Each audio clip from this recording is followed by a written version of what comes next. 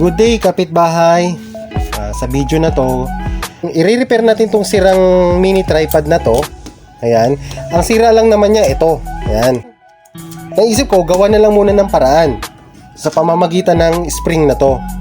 Ayan. Kakabit lang natin dito. Ayan. Lalagyan natin dito ng tali sa ilalim na to. At yun, magiging okay na ulit to.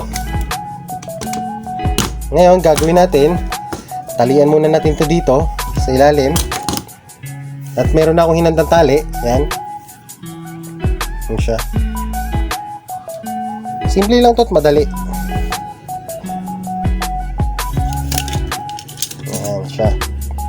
Yan siya. Yan. Mukhang maluwag. Pero okay lang naman yan. Oh. Matibay na. Balik na ulit siya sa maayos na kondisyon. Ayan siya, oh.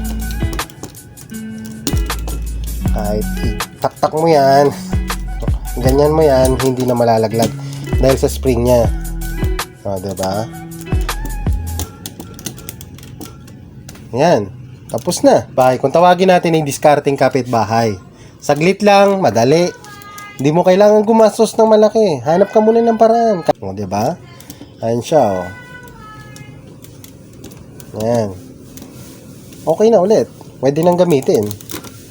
Kahit anong posisyon ang gusto mong gawin sa kanya, pwede na. Oh.